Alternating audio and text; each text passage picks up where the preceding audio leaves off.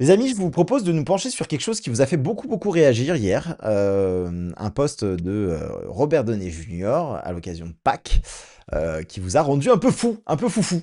Euh, il s'agit de celui-ci. Euh, Très intéressant comme post, mais j'ai été obligé de vous dire calmez-vous, calmez vos ardeurs. Puisque oui, on dirait que c'est un post plein d'easter eggs, mais la réalité, c'est que c'est un post comme il fait depuis un an, depuis l'annonce de son cast, à absolument chaque fête. Alors, on va aller voir vite fait Instagram. Euh, Robert Downey. Je sais pas ce qui est apparu, j'ai cru voir un gros cul, mais ça m'étonnerait que ce soit ça. Robert Downey Jr. Alors déjà, voilà, pour commencer, vous voyez que ces derniers posts, on avait la Saint-Patrick qui était il y a quelques temps. Qu'est-ce qu'on a eu? On a eu la Saint-Valentin également, où il avait fait. On voit que c'est toujours plus ou moins les mêmes illustrateurs hein, qui travaillent dessus. Il avait fait Noël, il avait fait Thanksgiving.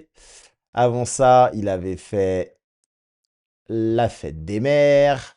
Bon, vous avez bien compris que on n'a pas non plus à chercher trop longtemps sur ce que ça veut dire.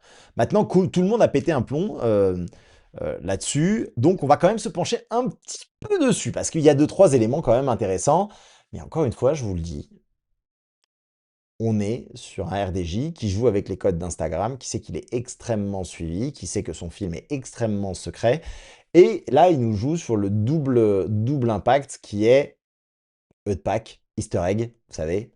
Quand on dit un easter egg dans un film, ce sont les petits détails cachés qui sont comme en fait la tradition de Pâques, aller chercher des œufs un peu cachés à droite à gauche et justement d'aller chercher ce truc. Donc il joue totalement sur l'idée easter egg, Doom, œufs de Pâques. Bref, vous avez compris. On va quand même regarder ce que ça dit là-dedans. Bon, déjà, tout le monde n'a pas compris quels étaient les différents signes, donc on va les regarder ensemble. Évidemment, on a Captain America qui est juste ici, on a Thor, on a les 4 Fantastiques qui sont barrés, ce sont ses ennemis jurés. Hein. On a les X-Men, on a Black Panther, on a les New Avengers. Alors, le A avec une petite icône, évidemment, fait référence au Thunderbolt qui avait la petite icône, et puis le New Avengers qui s'est mis dessus. Donc ça, c'est on va dire, les plus évidents. Ensuite, il y en a plein d'autres que vous avez pas forcément tous vus ou compris. Ici, on a Loki, évidemment, l'œuf qui est à droite.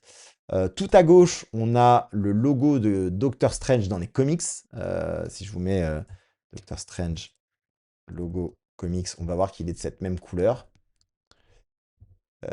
Évidemment, il n'y est pas. Mais donc, c'est le truc du Sanctum Sanctorum avec les couleurs bleu, rouge et jaune.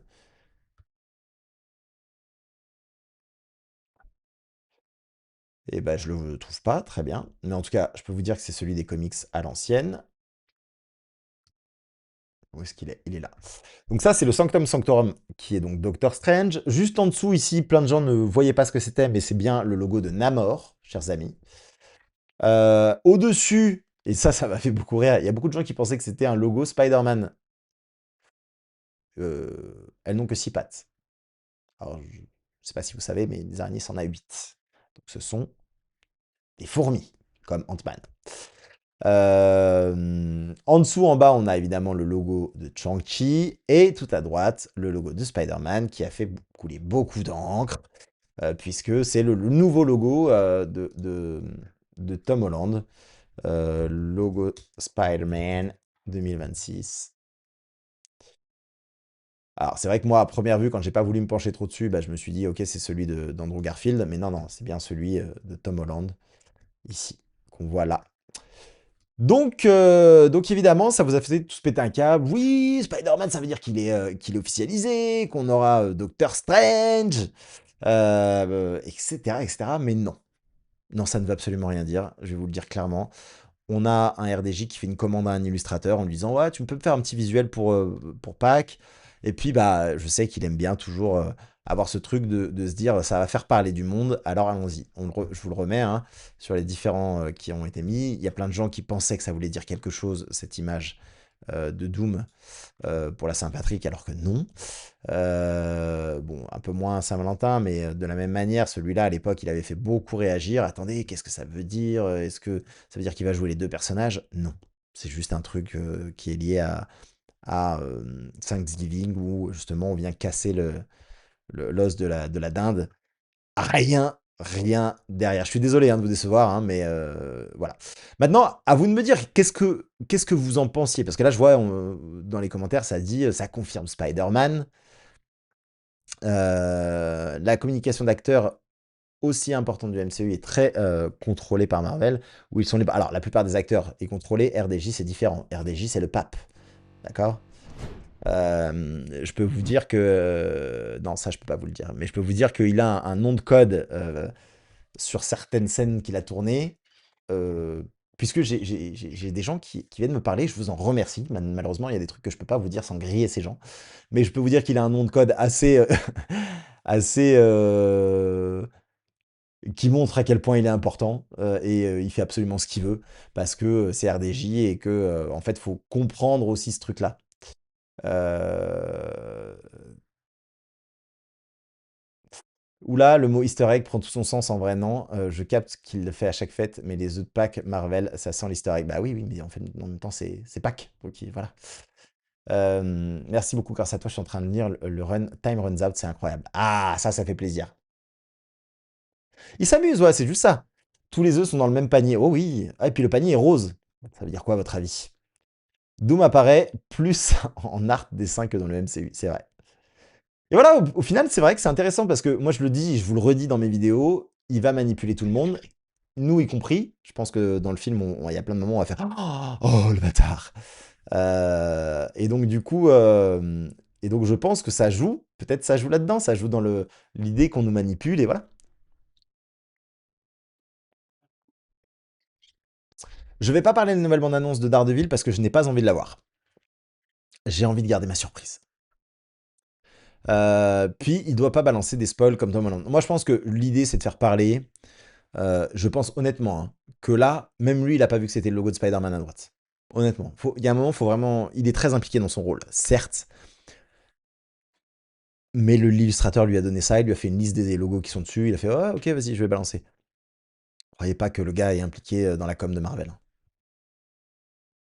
D'ailleurs, c'est pas pour rien qu'il balance des images hein, dessinées. Il balance pas des photos sur le tournage, il balance pas. Enfin, il balance rien en fait.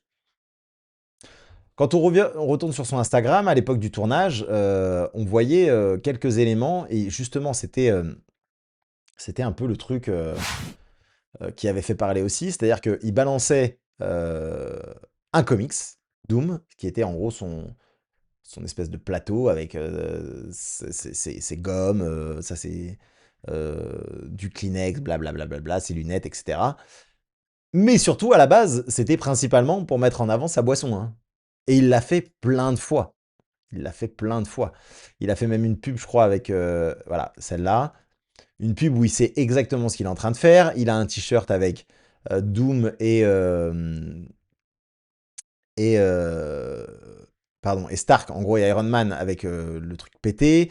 Au final, pour mettre en avant sa boisson et la boisson de Tom Holland.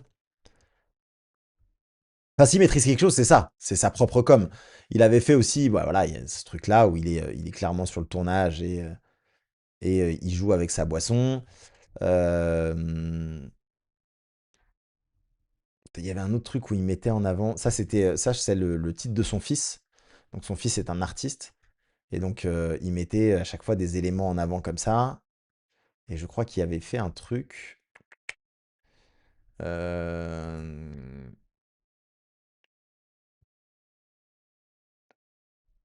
Je sais plus. Ouais, il avait fait un truc où justement il mettait en avant. Là, pareil, il gagne l'Oscar et puis au final, à la place de l'Oscar, il met sa boisson. Enfin voilà, c'est un gars qui fait de la pub pour son truc. Euh, Là aussi, il avait fait un petit truc pour Jeremy Renner. Putain, c'était quoi? C'était celui-là? Oui, voilà, c'était celui-là. Non, c'était ça, le truc de son fils. Donc tout le monde était là, oh, qu'est-ce que c'est? Attends, il va nous montrer un comics, ça. Oh, regardez Secret Wars, oh, regardez Iron Man, oh. Tout ça, c'était juste pour parler du single, Check This Summer single.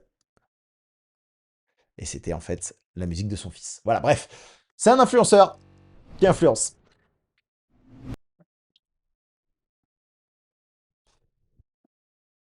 C'est sûr qu'on aura une scène entre Doom et Tom Holland dans Secret Wars. Oui, dans Secret Wars, mais pas dans Doomsday.